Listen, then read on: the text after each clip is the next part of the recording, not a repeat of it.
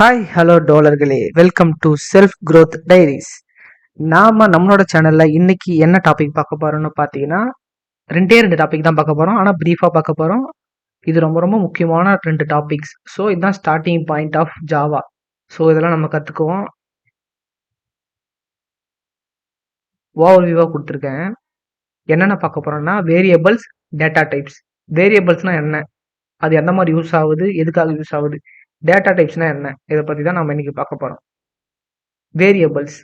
A variable is container. Variable வந்து ஒரு container மாதிரி ஜாவா ப்ரோக்ராமில் யூஸ் ஆகிட்டு இருக்கு. அதாவது இந்த டேட்டா வேல்யூஸ் எல்லாம் ஸ்டோர் பண்ணி வைக்கிற ஒரு இடமா வேரியபிள்ஸ் இருக்கு. அதனால தான் இது கண்டெய்னர்னு சொல்றாங்க.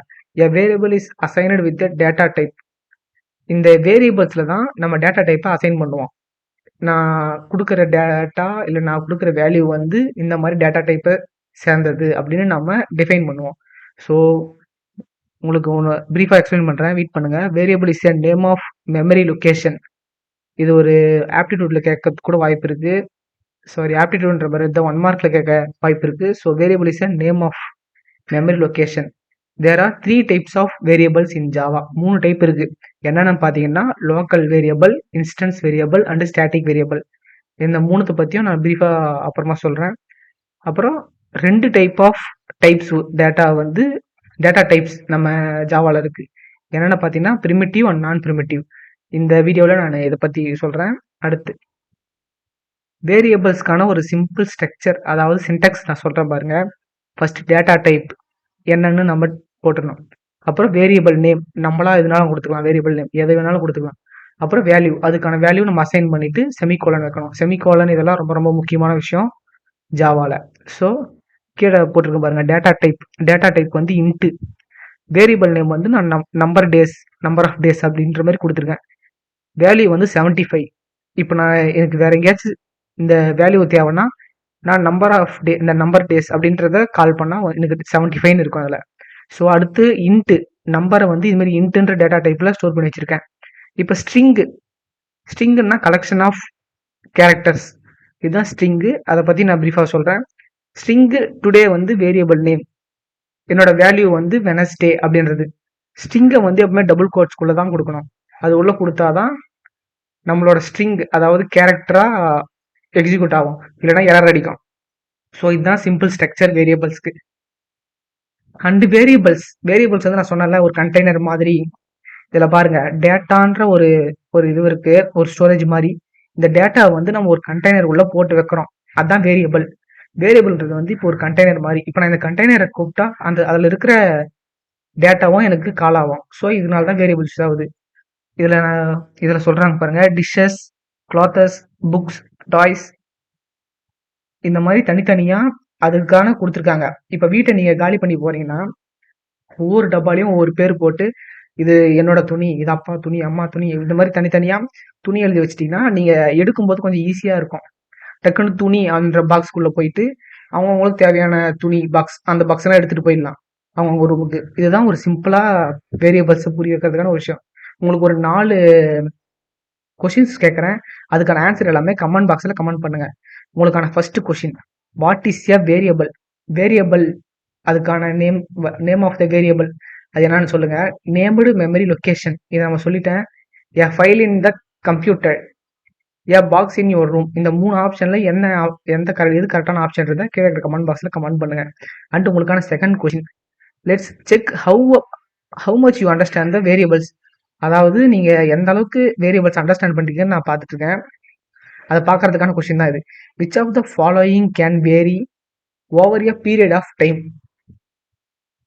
இது எந்த மாதிரியான ஒரு டேட்டா டைப் தேவையான ஒரு இது நீங்க கண்டுபிடிக்கணும். அதாவது stock price, number of days in year, number of months in year.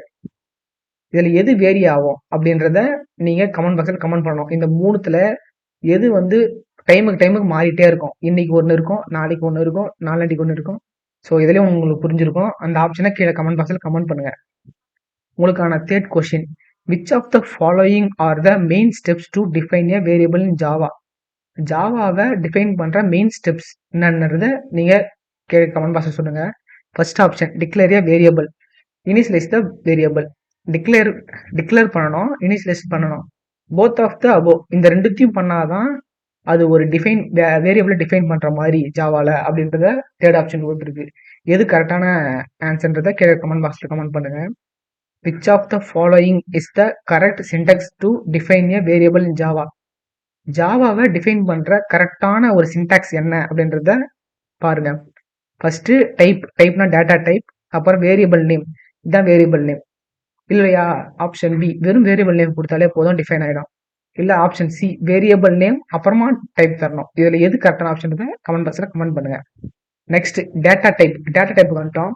Data டைப்ன்றது ரொம்ப ரொம்ப முக்கியமான விஷயம் ஜாவால. நீங்க எந்த மாதிரி ஒரு வேல்யூவை நீங்க ஸ்டோர் பண்ண ஆசைப்படுறீங்க அப்படின்றத டிஃபைன் பண்றதுக்கு தான் டேட்டா டைப்பை நம்ம மென்ஷன் பண்றோம். So a variable in Java must be a specified data type. எந்த ஒரு வேரியபிளா இருந்தாலும் அதுக்கு கண்டிப்பா ஸ்பெசிஃபை பண்ணிருக்கணும் டேட்டா டைப்பை. அது எந்த மாதிரியான வேரியபிள்ன்றத வேல்யூ அப்படின்றத கீழே இங்க பாருங்க, நம்ம ஆல்ரெடி கொடுத்துருக்க அந்த ப்ரோக்ராமோட ஒரு இதுவே கொடுத்துருக்கேன், ஒரு சின்டாக்ஸ் மாதிரி ஆல்ரெடி கொடுத்துருந்தல. இப்போ இதுல இன்ட்ன்றது தான் டேட்டா டைப், ஸ்ட்ரிங்ன்றது டேட்டா டைப், இன்ட்ன்றது ஹோல் நம்பர்ஸை ஸ்டோர் பண்ணி வைக்கிற ஒரு டேட்டா டைப், ஸ்ட்ரிங்ன்றது கேரக்டர் வேர்ட்ஸ் இதெல்லாம் ஸ்டோர் பண்ணி வைக்கிற ஒரு டேட்டா டைப். நெக்ஸ்ட் எந்தெந்த மாதிரியான டேட்டா டைப்ஸ் இருக்கு? நான் ஆல்ரெடி சொல்லியிருந்தேன் 2 டைப்ஸ் ஆஃப் டேட்டா டைப்ஸ் இருக்கு ஜாவால. ஒன்னு பிரிமிட்டிவ், இன்னொன்னு நான் பிரிமிட்டிவ். பிரிமிட்டிவ் டேட்டா டைப்ஸ் என்னென்னு பாத்தீங்கன்னா byte, short, char, int, long, float, double, boolean. பைட்டுன்றதுக்கு எத்தனை பைட்ஸ் இருக்கு? ஒரு பைட் இருக்கு, அதாவது ரேஞ்சுன்னு சொல்லலாம். ஒரு பைட் தான் இதால ஸ்டோர் பண்ணி வைக்க முடியும். ஷார்ட் வந்து 2 பைட் ஸ்டோர் பண்ணோம். கேர் வந்து 2 byte, into 4 byte, long 4 byte, float 4 byte, double 8 byte. இதுதான் அதிகம் இருக்கிறதுல. அதனால பூலியன்றது ரொம்ப யோசிக்காதீங்க. பூலியன்றது ட்ரூ ஆர் ஃபால்ஸ், இந்த 2 வேல்யூ மட்டும் தான் இது ஸ்டோர் பண்ணி வச்சிருக்கோம். ஒன்னு ட்ரூன்னு தரும், இல்ல ஃபால்ஸ்ன்னு தரும். அதை தவிர வேற எதுவும் தராது. மிச்சம் எல்லாத்தையும் நம்மளோட வேல்யூஸை ஸ்டோர் பண்ணி வைக்க முடியும். அண்ட் நான் primitive data types, string, array, இந்த ரெண்டும் வந்து நான் பிரிமிட்டிவ் டேட்டா டைப்ஸ். இது பிரிமிட்டிவ் டேட்டா டைப்ஸ்ல வராது. அண்ட் உங்களுக்கு இதை பிரீஃபா எக்ஸ்பிளைன் பண்ற பாருங்க. நம்ம பார்த்த அந்த பிரிமிட்டிவ் டேட்டா டைப்ஸ் மட்டும் இதுல எக்ஸ்பிளைன் பண்ணி வச்சிருக்கேன். ஸோ பிரிமிட்டிவ் டேட்டா டைப்ஸ்ல இன்ட், அதாவது நம்ம ஹோல் நம்பர்ஸ் சொன்னோம்ல, அந்த ஹோல் நம்பர்ஸை ஸ்டோர் பண்ணி வைக்கிறதுக்கு ஹிண்ட் யூஸ் பண்ணுவோம். நம்ம அதிகமாக ஜாவால இன்ட் தான் யூஸ் பண்ணுவோம்.